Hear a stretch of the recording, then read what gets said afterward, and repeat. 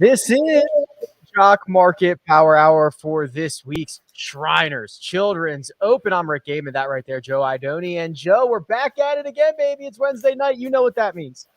Vegas swing, buddy. I know that it's a privilege to talk to you this week. A man who's inside the ropes with a badge, a man who's on site, a guy who's played this course multiple times over the summer. I'm excited to learn a little bit from you and over the next 45 minutes and hopefully put it to use in this IPO. Yeah, it's been exciting. You know, I was telling you before we went hot, the practice rounds are practice rounds. Guys are practicing. It's kind of hard to tell what they're working on. Everybody looks like they're hitting it really well, but it's nice to see the course and the shape that it's in and all that because it's exciting, and this is the first time they've had fans back in 2 years. So there's a little bit of a buzz to the site. For sure. Yeah, it looks like, we have a familiar site this week where I feel like the field is pretty good. And I think a lot of those guys probably plan on staying the extra week. We'll see when that field is announced, and we'll be there at the Summit Club next week. But a nice little fun swing, kind of late in the summer. Is it still scorching hot there or what? Oh, my God, no, it's beautiful. It's absolutely perfect here now. Yeah, today was, today was a high of 81, and it'll be like 78 tomorrow. It's absolutely perfect now. Speaking of perfect, how about we give away some cash? That would be something that would be perfect. So here's what we've got going on. If you've stumbled in, welcome. For the next 45 minutes or so, we are going to take you through the final 45 minutes of this IPO phase. We are in that phase where you can bid on shares of golfers. And if you are the high bidder, come 8:58 Eastern time, those shares will be allocated to you. And then we will get into the live trading portion of this cash market. A couple of things off the top. If you have not deposited yet, use the code POWER. It is the best bonus that you can get, the best available one out there. It is a $50 deposit bonus, up to $50. And then finally, we're giving away $100 again tonight. So all you have to do to enter that is put your Jock Market username in the chat right now. Joe, we have heard, I love to reiterate this, we have heard time and time again, either the people that take, they deposit 50, get another 50, end up getting 20 from us somehow. 3 weeks later, they've got $1,000 in their account. We get it every week. And people, I feel like a lot of people on the outside looking in probably think we're like kind of faking this stuff, or they're like paid testimonials. These are real people taking $20, doubling it up each and every week. It's a ton of fun. We're seeing more and more people. I feel like we were talking about this earlier too. In this market every week, I'm seeing new names jump up and down the leaderboard. So it's been a ton of fun. It all kind of started with the PGA Tour, and now it's totally morphed into NFL and wild card night here in baseball. So it's really cool to see the trajectory that they're on and kind of be along for that ride and cover the PGA Tour side of it. Yeah, absolutely. So we'll give out that $100 in 5 $20 increments as this evening goes on. I'll do the first one here in just a few minutes, but let's turn our attention to the course. Joe, you mentioned it. It's a course I'm very familiar with. It's TPC Summerlin. Last year, we saw the record low cut line, 7 under par. So if you shot 68 on Thursday and Friday, you missed the cut. That's tough to swallow. I don't think we're going to see that again this week, but we know with the length being on the shorter side, the fact if you can play out of the fairway, you can roll some putts and you can see some fireworks at this event. Absolutely. Yeah. We like you mentioned last year, one of the lowest cuts that I can possibly remember. I feel like they may try to set it up a little bit more defensive, but ultimately, like as we know with Summerlin, the only thing that's really been able to keep the scoring at bay is when the wind ratchets way up. It doesn't look like we have that in the forecast this week. I expect them to go low. You need to start out hot and you need to maintain it. Like you shoot a 70 or a 71 on Thursday, you're going to have to make up a ton of ground. So look for those fast starters. You got to get your guys across the cut line in order to place well in Jock Market. So it's important to find guys, even last year, like 68, 69, like didn't make the cut. So you need low rounds. You need a lot of birdies. I think we're going to see it again this year. And the thing is, that's going to impact the Jock Market, right? Because you're going to see guys. I mean, we've seen 61, 62s out here. Like you could see guys move up 40 spots on the leaderboard in a single day just because of, how this is, right? Everybody might have 14 looks at birdie, they make half of them, boom, you're 7 under par, right? It just becomes a numbers game. Somebody's going to start rolling in a lot of those 50-50s. Yeah, and I think when there's that many opportunities out there, like I think Patrick Cantlay said it in the year, obviously, that he won, the wind was up, but he said it pretty much, if you're in the fairway, every hole turns into a birdie hole. And we see those massive jumps. So, an opportunity, and I'm sure we'll touch on this later, to get in on guys, right around that cut line. When the numbers are, when the winning score is between 20 and 25 under par, like you said, there's 60s, there's 61s out there. We saw that as Zalatorius last week make a massive jump up. We saw Sam Burns make a pretty good leap on the weekend, obviously, to come to victory. We saw Matthew Wolff make a putt for birdie to inch inside the cut line and then go like 8 under the next day and get himself into a top 20 position. So I think there will be a lot of those opportunities that sort of present themselves as this week moves along as well.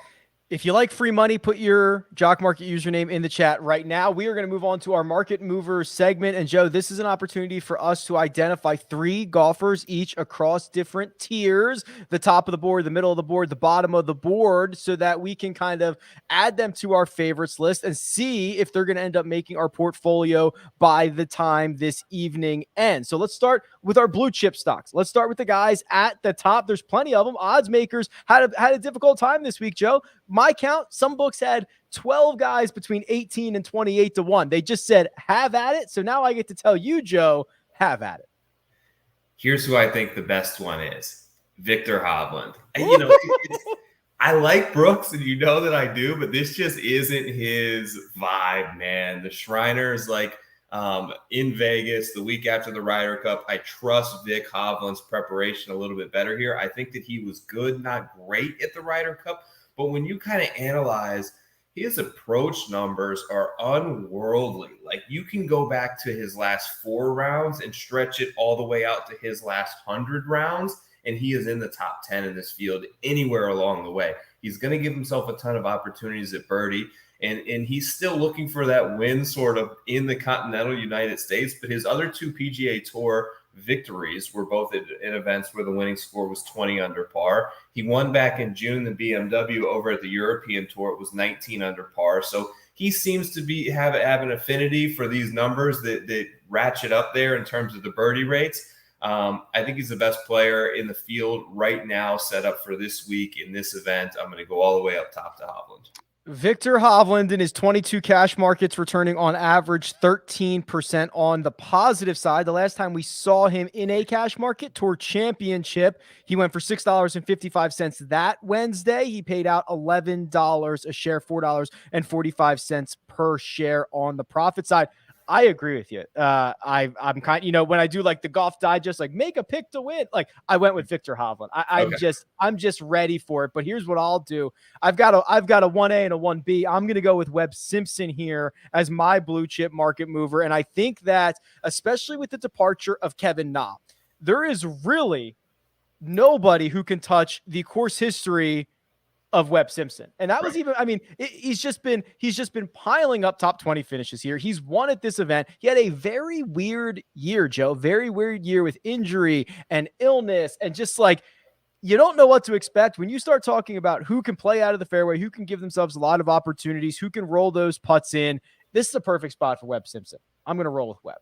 Agree with a lot of what you said there. Yeah. Webb and Viktor Hovland for our blue chips. Let's go on down to the mid caps. These are guys that we think are going to finish in the middle of the board this evening. Joe, who you got? Yeah, probably on the higher side of the mid cap range, but I like Hideki. I feel like we always are sort of a little bit sticker shocks when we see his price at the end of a lot of these markets. I'm not quite sure why, if it's just a popularity or public sentiment thing, but the guy plays well out there in sort of the desert golf, has a good course history here. He's always over there at Waste Management playing well. Just another ball striker that I know is going to hit his irons close and can be relied on, and tends to have decent spike putting weeks on bent grass surfaces, a lot like these. I think we could see a lot of that from him this week. I just think that he, with the names that are kind of around him there that I expect in sort of Scheffler and Louis and maybe even guys like Harris English or Sung J M, I think that he poses the most win equity. Obviously, Masters champ last year. The guy knows how to win if he can get himself into contention. I like Hideki on sort of the higher end of that mid-cap range.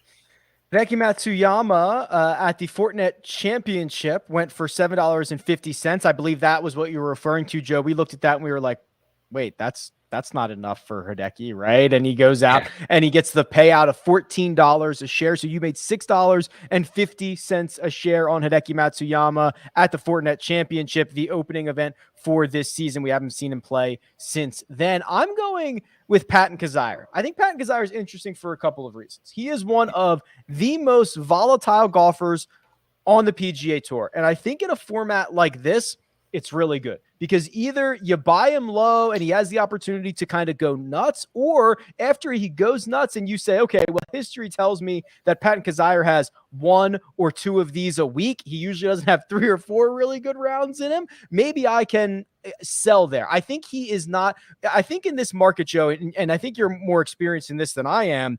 I think you want volatile guys. You know, the safe guys, they don't make you a ton of money, and they also don't give you a lot of opportunity to get off of them at some point. It's just kind of like, I don't know what to do with the guys who are so safe. Yeah, I would agree there. I think a lot of that in terms of volatility versus safe comes down to where they're at price point wise, right? Your lower ended and your cheaper guys, your $3, $4, $5 guys, you want that volatility. You want that upside of potentially a top 10, a top 5. The more you go up to the board, you know, you get into $8, $9, $10 a share. You're looking for maybe a little bit more safer play because the floor is so much lower. I agree with you on Kizzire. The course history is great here as well to kind of back that up. And I think that where he'll be priced leaves you a lot of room for potential. That gives us one last thing to do. It's our penny stocks. These are golfers that we think are going to finish pretty far down the board. They're going to be cheap. They're probably not going to have to finish too high up the leaderboard to pay you back some cash. So, Joe, your penny stock for the Shriners is whom? Chez Reavie.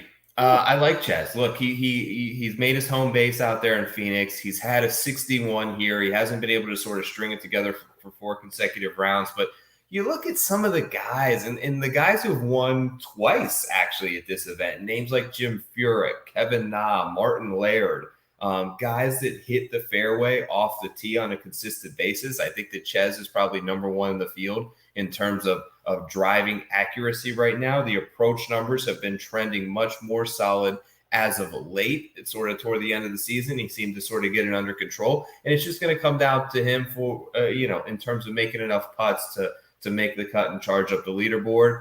I like to bet on guys like that where you're hoping for sort of a spike putting week, especially at these penny stock ranges. Yeah, and Reavie, a course that doesn't require distance, a course that, you know, everybody can basically reach the par 5s. I've seen him out there the last couple of days working hard on that putting stroke. We'll see if that can provide any returns over the course of the next 4 days. So it's Chez Reavie for Joe, and I'm going way down the board here. I'm going with Paul Barjon. Last time I checked a couple of minutes ago, he was still $1 a share. He's been listed at like 500 to 1 and 300 to 1 in the 2 cash markets that he's played. He's one of these guys coming up from the Korn Ferry Tour. He's better than this. He is better than odds makers are putting him out there. So his 2 cash markets this season, the Fortinet, $1.51. He's finished at $3.70. That's $2.19 a share, 145% ROI. Sanderson Farms, $2.22, finished at $3.90, $1.68 profit per share. Joe, this is, to me, a great example of this format allows you to make a lot of money without getting a guy that finishes like T39. I love that, man. It's like even if he goes for $2 or $2.25 a share, $1 is the floor, right? And that's kind of along the lines of when we talked to our guy John the other day. Just catfish, right? Sweeping the floor. Paul Barjon is probably one of those guys who are down there. And you make a lot of great points as to why he could have some decent success. And a made cut this week for someone at his price point is a win. Absolutely right. Okay, let's give away a little bit of money here. The first $20 goes out to Spaz Golfer. Congratulations. We'll get you set up with that money in your account in the next couple of days. I've got 80 more bucks to give away this evening, and it is very easy to get entered. All you have to do is drop your Jock Market username in the chat. That is literally it. So go ahead and do that now. Joe, before I reveal the big board for this evening for the first time, we talked about it. Odds makers didn't really know what to do. A lot of guys near the top of this board. Is that what we're going to see tonight? Or do you think that when we finally get public sentiment, which is what we see on these Wednesday evenings, that we're going to see a couple of guys kind of break off from the rest of the pack? I feel like it's going to be pretty close. I think that public sentiment, even from what I've been seeing sort of around, the golf Twitter world this week, is a little bit spread out up there as well. We'll see if that kind of carries over. I think that Hovland's probably going to maintain that number one mark, but we'll kind of see how things shake out. I think after that, there's going to be a lot of guys closely packed in that high 7s, low 8 range. All right, well, let's check it out for the first time this evening. And the number one most expensive golfer at this moment is Webb Simpson. It's him, $8.74. So if you are a buyer of Webb Simpson at $8.74 a share, you are asking him to finish inside the top 15. We already talked about him.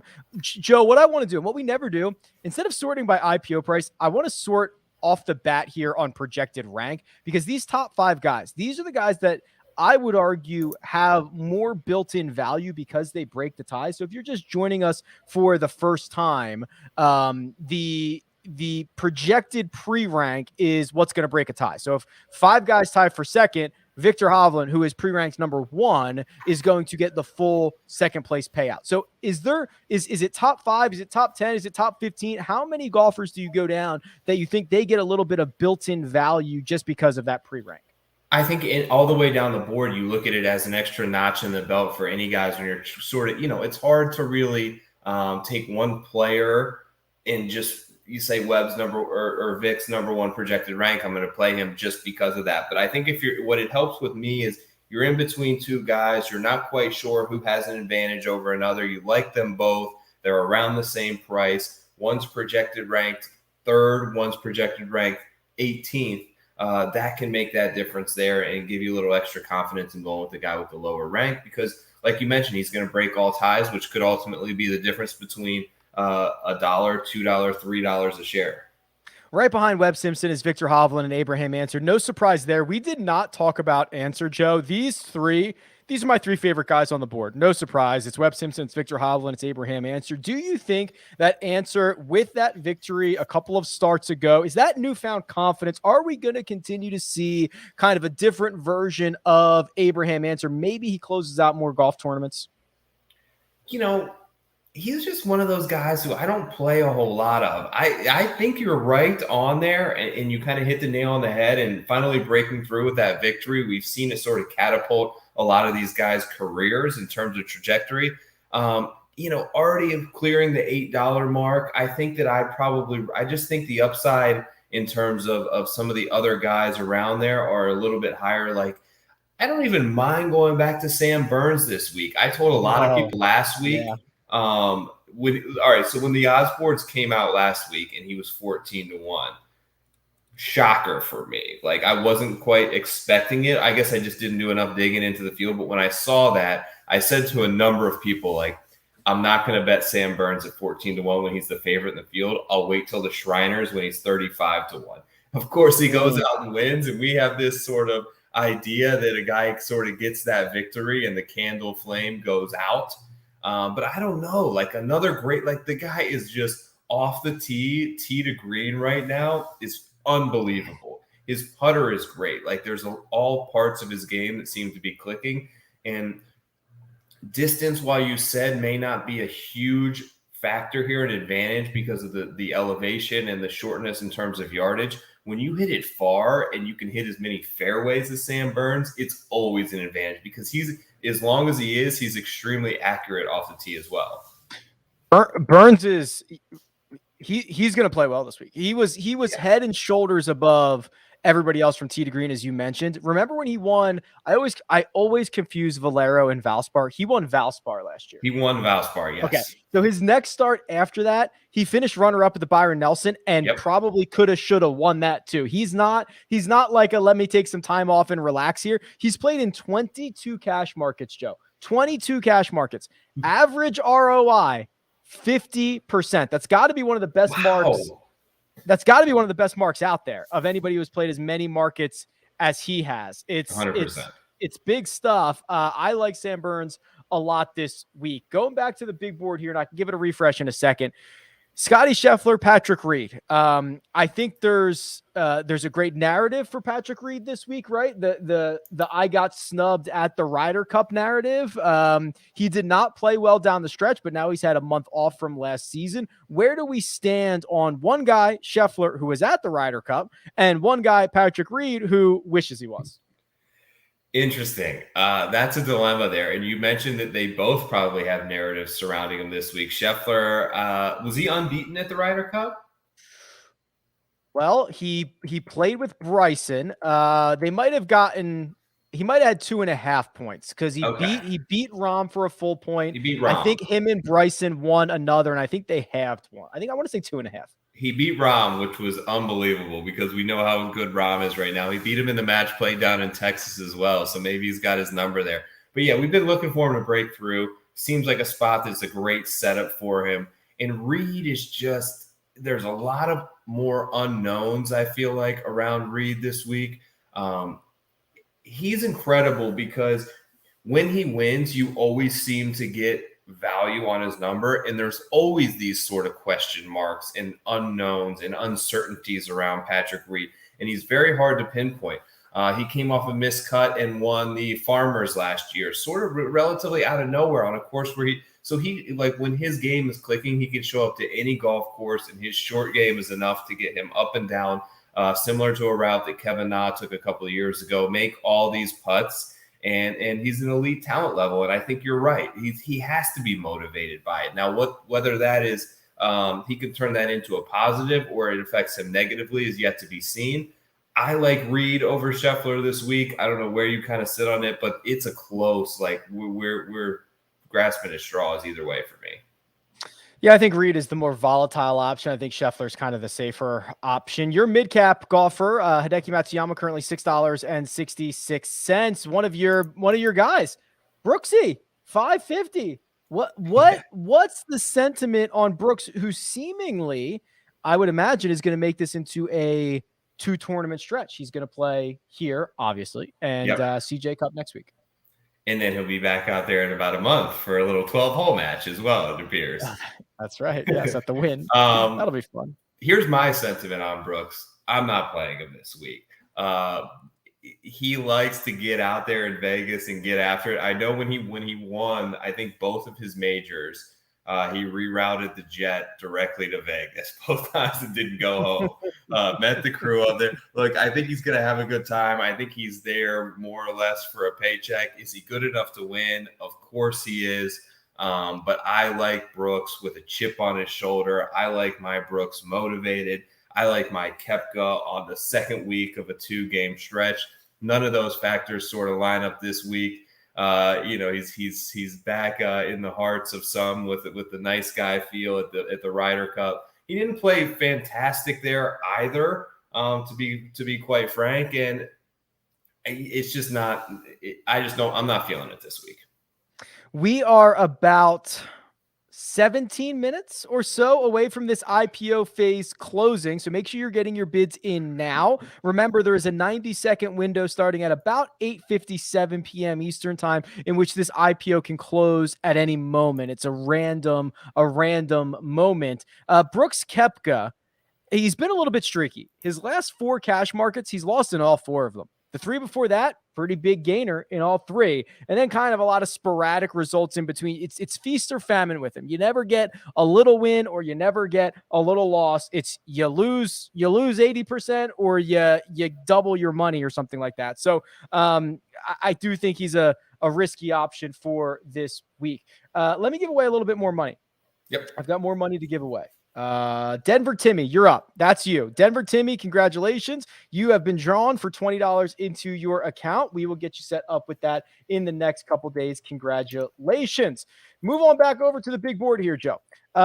This very, very valuable $5 range, or maybe at this point in the evening, the $4 range. I see names like Ricky Fowler and Siwoo Kim and Matt McNeely, who we were talking about before we went hot. Is there anyone here that has already made your favorites list for this evening?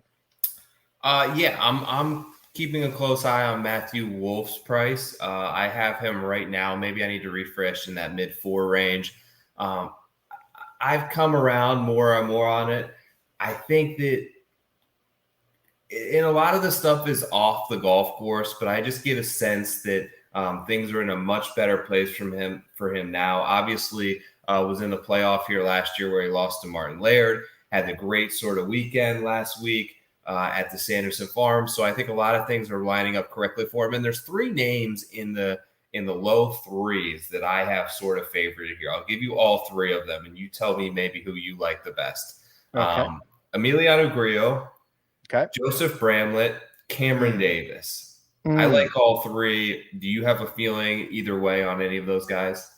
So I'll just kind of take you through all 3. I'm not sure this is a great spot for Cam Davis, who would prefer to just bomb it with, like, he might be playing out of the desert this week with the way that he kind of hits it. I'll wait for Detroit Golf Club. I'll wait for, like, some of these more wide open areas. He's going to be great at Kapalua. With the 100-yard wide fairways, when he gets there, it's going to be fun. Bramlett, he is a key member of Team No Putt, which I am a big fan of. However, at an event like this, you can't lose 5 strokes putting and win. You just can't. It's going to be really tough. Emiliano Grillo, also a member of Team No Putt. However, Joe, on bent grass, he's a 0. And if he can be a 0 this week, or gain a half a stroke, or gain 1, that's how he makes noise. So for me, the path to profitability, I think, is widest through Emiliano Grillo. I think so too. I've played him a lot, and it seems like what I've noticed is sometimes he can be a slow starter. So maybe something to kind of keep an eye on. But he gets to the point, and what I've noticed, and this is just my experience, a couple of times that I've had him, is he'll start off like 2 over par. And I'm like, what am I doing with Rio? Do I just want to cut bait and try to get rid of these things for like $2.50, or do I wait for them to go to $1? Somehow he claws his way back, ends up making the cut, finishing around top 30. So he may be a guy to pay attention to live in tournament, because he seems to have a little bit of an ability to bounce back and be a streaky player where he can start to make a couple of birdies in a row. Yeah, I like that. I might need a refresh here, but there are a couple of guys right here that I want to talk about. So Stuart Sink, at my last refresh, was $3.61. Henrik Norlander was $3.55. Roger Sloan was $3.40 a share. Stuart Sink faded at the end of last season, Joe. He's 49 years old. It was the end of a super season. I got no problems with that. Him and Reagan back out there on the range today, looking good, ready to rock and roll. Norlander. It was Norlander, not Sam Burns, who led the field in strokes gained approach last week. Those two just lapped the field. They were like 3 shots clear of everybody else in the approach category. That's usually pretty sticky. And then the third one, I forget who the third one was, and I was refreshing here. Sloan. Roger Sloan's been great. Roger Sloan has been posting positive results seemingly constantly. So I would be favoring all 3 of those golfers as we head into the final 14 or 15 minutes of this IPO phase, as we continue to bid on these guys.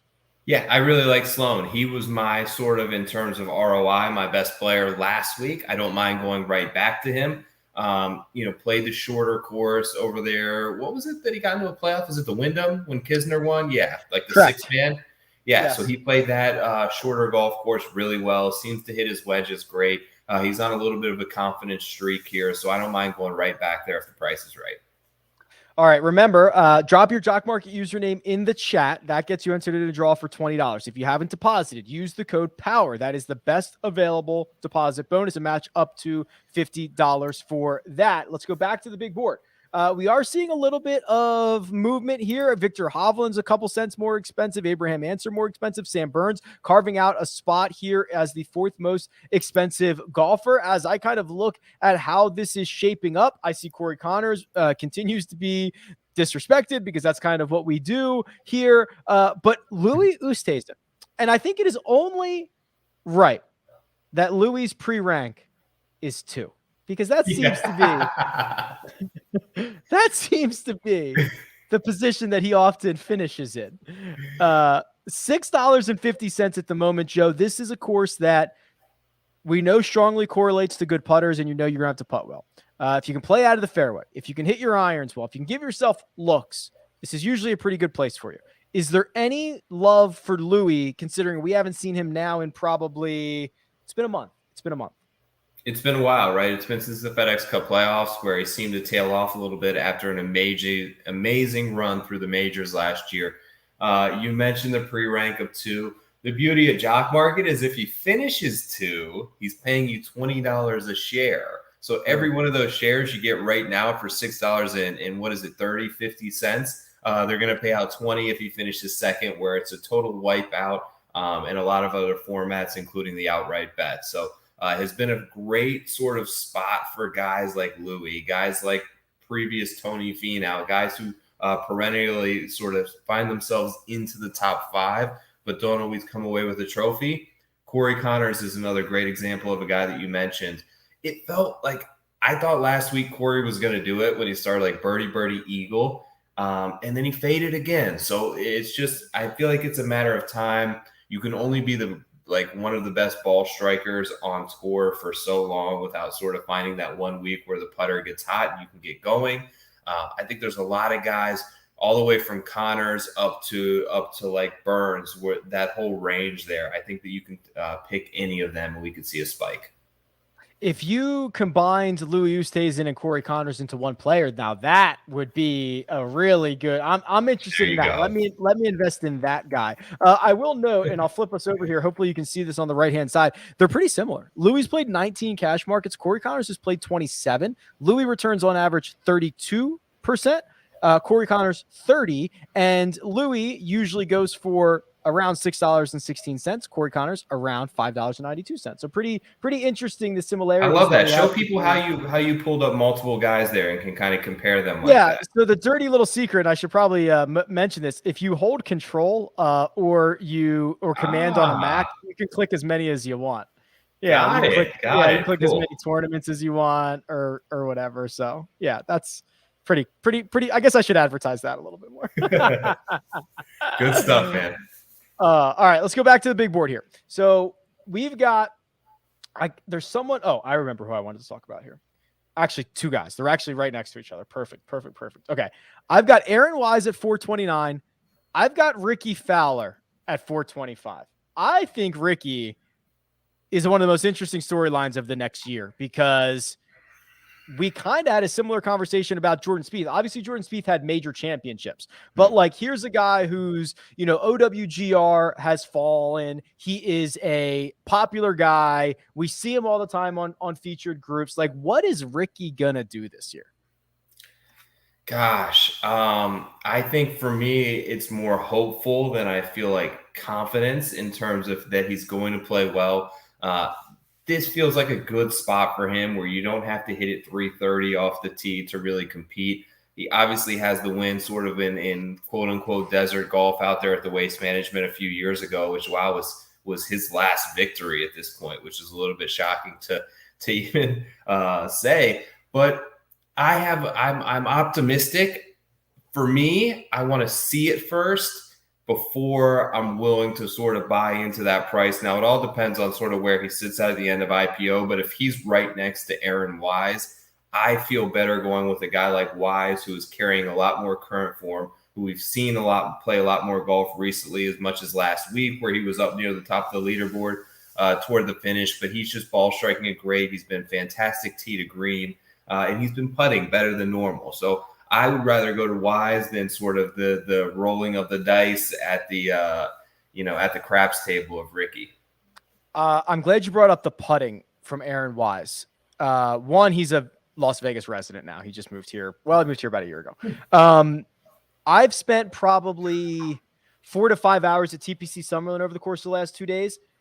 I swear to you, Aaron Wise has been on the putting green the entire time I was there. He is grinding with this longer, I don't even know if it's like a broomstick or whatever, but it's like this longer putter. And the stats bear this out, he's been better. He is grinding on it, which is good for him. You like to see that from a guy working on his weakness and trying to hone his craft. So I'm excited about that. Yeah, well, 3 consecutive top 25s, or I guess it was technically 26 last week. But yeah, the tee to green has been fantastic. You're right. It's just a matter of of finding the right opportunities and holing a couple putts. Yeah, so last 3 events, he's been a positive returner in the jock market. The 4th event, he was dead even. So basically 4 events in a row, he has not lost you money. And 3 of them, he has made you money. It is, by my clock, 8:50. We are about 7-8 minutes away from this IPO phase closing. So get those bids in. This is your opportunity to bid on shares of golfers. If you are a high bidder, when this market closes, you are going to be allocated those shares. I find it interesting, and this has been happening all week, Joe. And you mentioned that you like Matthew Wolff, whether it is in the betting markets or here already in the jock market. It seems that Joaquin Niemann and Matthew Wolff have been glued together. And I find that fascinating because to me, there are a lot more questions than answers for Matthew Wolff. And Joaquin Niemann is kind of very simple to explain. He putted like garbage over the final 3 events of the season. He's generally a better putter. I like to think that a month off fixes that. I don't know. Maybe I should be more bullish on Wolff. I don't know what it is, but to me, those 2 guys should not be remotely close to one another. You make some great points there. And to be honest with you, for Wolff, it's like the sexier pick, right? It's like he's got the unique swing, he's got the name, he's got all these things sort of working for him. He's got the victory that we saw at the 3M, he's got the college credentials and the but with Niemann, he's not that much shorter than Wolff. To be honest, on average, he may be as long or just as long. And the other facets of his game are so much more consistent. And that's kind of where I think if they're both priced at a similar point, there's a lot more upside for a guy like Niemann. We're all kind of hunting, I guess, for the spike week in Matt Wolff. But I think that Niemann makes a ton of sense on bent grass, his best surface. The approach numbers, if he can get those sort of dialed in over the last couple of weeks where he lost it a little bit toward the end of the year, I think the other facets of his game set him up really nicely for TPC Summerlin. All right, back to the big board here. Webb Simpson continues to hold his lead as the most expensive golfer. He is currently at $8.85 a share, which means if you are buying shares of Webb Simpson at $8.85, you're asking him to finish about 14th or better, with Victor Hovland and Abraham Ancer starting to form a clear trio at the top, with Sam Burns, Scotty Scheffler, Patrick Reed, and Louis Oosthuizen right behind. A name that we have not spent any oxygen on to this point is Will Zalatorius, $6.85. My feeling, Joe, on Will is he's great. He's fine. I just kind of think I like other guys better this week when you might have to roll a lot of putts in. Otherwise, like, Will's great. I don't know. I know he's great. And the thing is he's doing all the things well that he did well a year ago. And I don't know if it's maybe just then he was sort of the flavor of the month a year ago and something that was new and shiny versus now we're a little bit more used to him. But you feel like I've always felt like eventually he's going to have a good putting week and he's going to win. Well, he kind of had a good putting week last week, or at least a good putting day, right? If you would have told me before the week that he's going to go 11 under one day, I would have said he's going to win. He still didn't do that. And I don't want to give him this knock because he's so young, but he's fantastic. But the reality is he didn't win a whole lot on the Korn Ferry Tour. He didn't win. He hasn't won yet on the PGA Tour. He's played in a ton of events, and he's so consistent, and the ball striking is so next level that he's always going to be around a leaderboard. But I want to see him come through. I would like to see, this is a whole different topic, but I would like to see him sort of go away from that arm lock putting and just get a little bit more natural with it. But there's something there on the greens that is holding him back. And when you've got to get to potentially 22, 24 under, that's not the best tournament for you. All right. Joe, go do your thing. Get out of here. We are going to let Joe go because we have just moments until this IPO phase closes, about 3, 4, or 5 minutes. In about 3 minutes, we're going to enter the phase where it's a 90-second window in which it can close at any moment. I'm going to take you the rest of the way. While I refresh the board, I'm going to give away a little bit of money here. So the $20 goes to Greasy, and I will try to get I think that is 5 E's. I will try to write that down correctly so that you can get paid. But let's take a look at the big board and see where we stand. Webb Simpson, 885. That has not moved. Victor Hovland and Abraham Answer right behind. I think at this moment, the most surprising thing for me, Brooks Koepka, $6.85. If you're a buyer at $6.85 for Brooks, you're only asking him to finish inside the top 22. Remember, this guy, for a moment, and depending on the books, was the favorite in this event. So keep that in mind. $6.85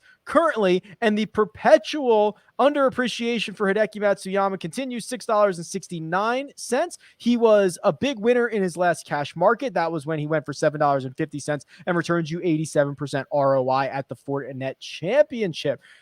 Sung Jae Im is $6.27.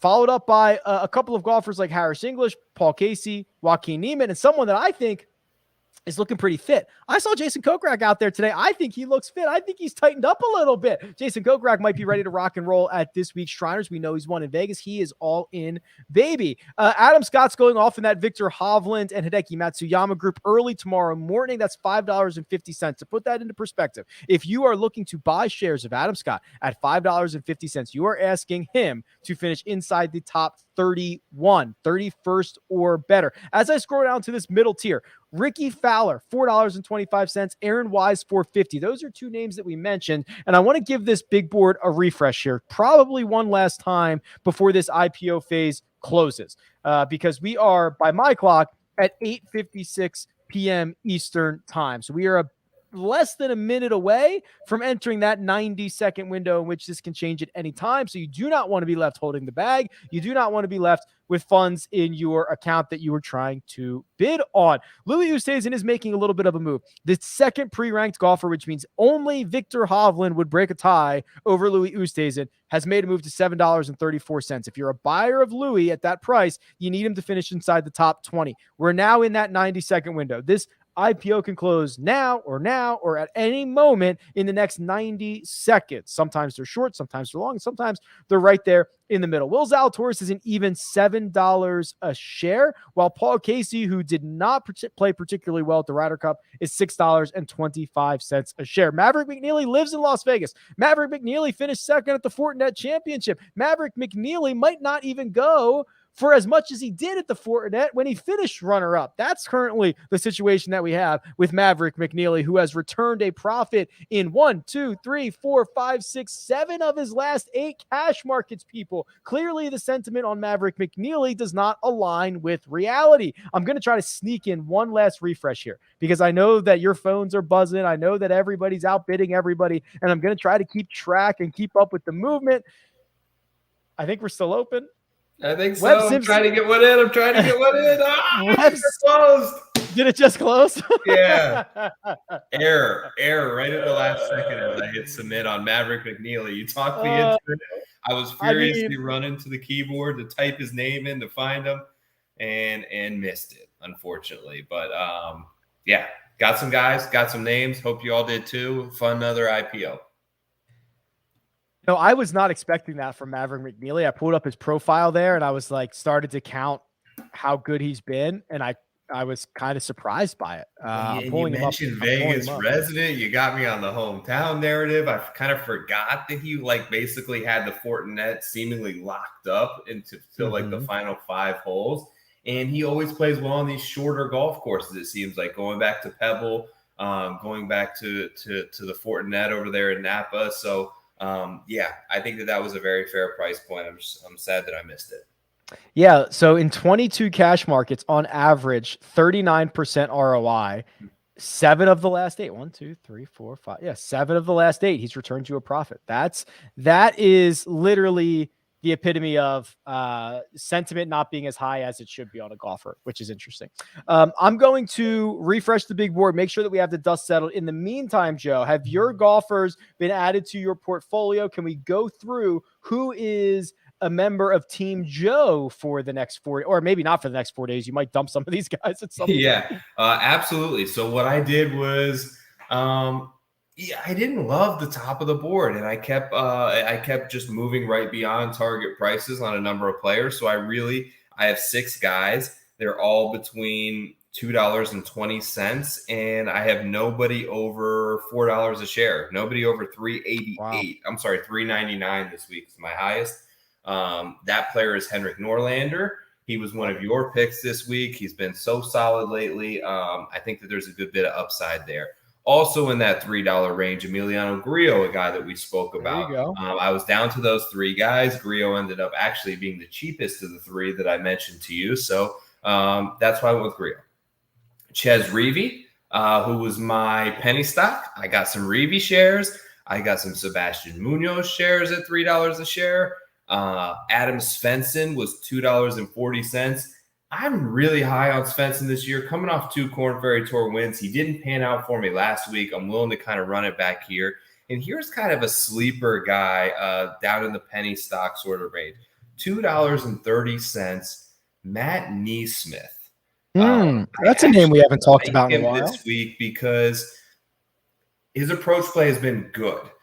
He seemingly has a definitive course fit, and it's these shorter golf courses where his sort of deficiency in length can keep him in play. Top 10 here at this course last year, also top 10 in Phoenix at the Waste Management. I think that this could be a good setup for him, and he's really sort of bottom feeding there with a lot of upside and little risk. So for Joe and his portfolio for the Shriners Children's Open, Norlander, Grillo, Reavie, Munoz, Svensson, Neesmith, you put your money where your mouth is, right? A lot of these guys we talked about. And 2, you are playing kind of the mid-cap and lower game here, which I think we have seen is probably the best strategy. It's different than what I normally do, right? So it's a little bit all kind of in that same range.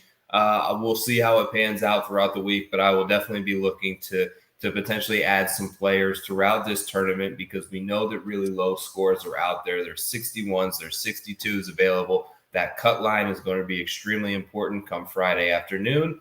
So I think there will be a good bit of opportunity in live in-play action going down this week. Looking at the chat, Brent Harris has 15 golfers and he's never held this many, which is always exciting. Good luck, Brent. J.D. Funk has Answer, Zalatorius, EVR, Neiman, and Munoz. I like that. That's pretty strong. Mm-hmm. Yeah. Andy got Charlie Hoffman, $4.25. And here you go, Joe. That's good. I like that one. I thought about him a lot. JG Funk had Norlander, and you swooped in and stole him from him. So last second. Well, sorry, JG. I actually can tell you this. It wasn't me because I had those shares in pretty early on old Henrik. I was furiously bidding on some Matt McNeely down the stretch, which that's the one I missed. The big board reveals Webb Simpson did indeed close as the most expensive golfer, $8.86 a share, which Joe means he needs to finish basically 14th or better. 14th or better for old Webb Simpson, and he'll make you money with Victor Hovland and Abraham Answer right behind at $8.55 and $8.50. That's the clear top tier. It was the clear top tier all night. This should probably be no surprise to us.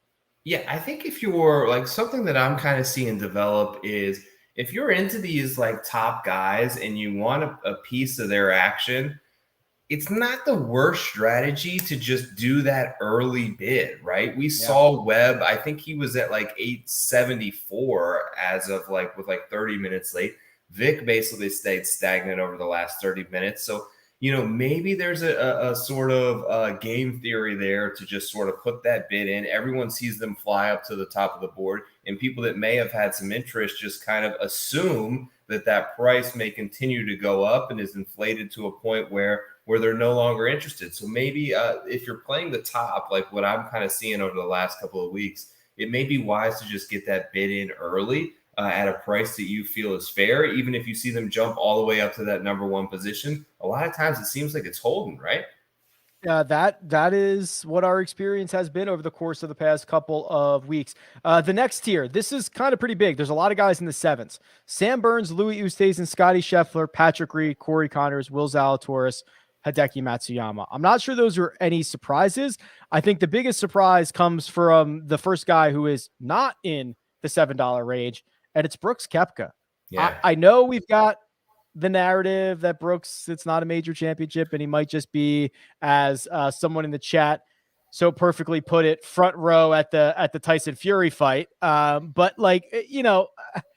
this seems this seems low, right? Like It's low. $6.90 for Brooks Koepka. I'm looking at my sportsbooks odds right now that I use. He's the favorite.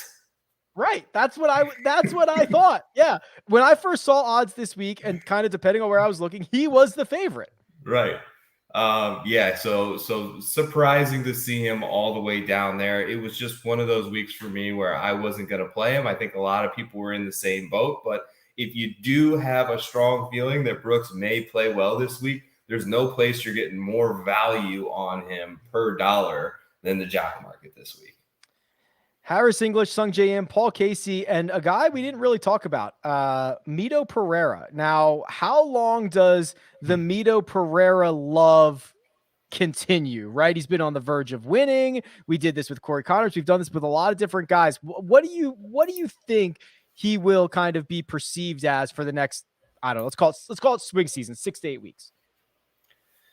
It's interesting. I'm usually slower on these Corn Ferry guys and try to sort of defer to a lot of the people that track it and stay a little bit more active in there. So I would probably defer to sort of your opinion on him. I think that things kind of level out and maybe some of that newness of him maybe wears off a little bit. But if he keeps putting up good finishes and stacking them together, he's proven to be a force, right? Yeah, I think so. And he does it with ball striking, which is always pretty scary stuff. How's his putter? And it's not that great. Okay. But hey, he wins. Winning is a skill, in my opinion, right? And Paul Casey all the way down there too is a little bit surprising, right? Yeah, he played pretty well at the Ryder Cup, I thought. Seems like he just, the number 3rd ranked pre-ranked guy all the way down at what looks to be around the number 15 spot on the board is a little bit shocking. Yeah, the guys I really like, you got Norlander at $3.99. I like that. I think that's a good price. If anybody out there got shares of Stuart Sink at $3.61, I'm thinking that's going to be pretty good. I'm just trying to see if there's any. Oh, you know what? I should have mentioned this. This is mostly, Scott Piercy's a Vegas guy who plays out of Summerlin. He's there all the time. He's at a bunch of top 20s. He was $3.10. Let's flip over to the next page here. See if there's any surprises. Munoz at 3. You got Munoz, right? Yep. Got some Munoz. Are there any surprises? Oh, I don't think so. This looks about right, doesn't it? I mean, right there at the end of that first page, what do you think about Luke List all the way down there in the low 3s? Yeah. I mean, he's had a couple of good finishes in a row. The approach numbers, the tee to green stuff seems to be there. Played pretty well last week, I think, at the Sanderson. You think he could carry it over another week?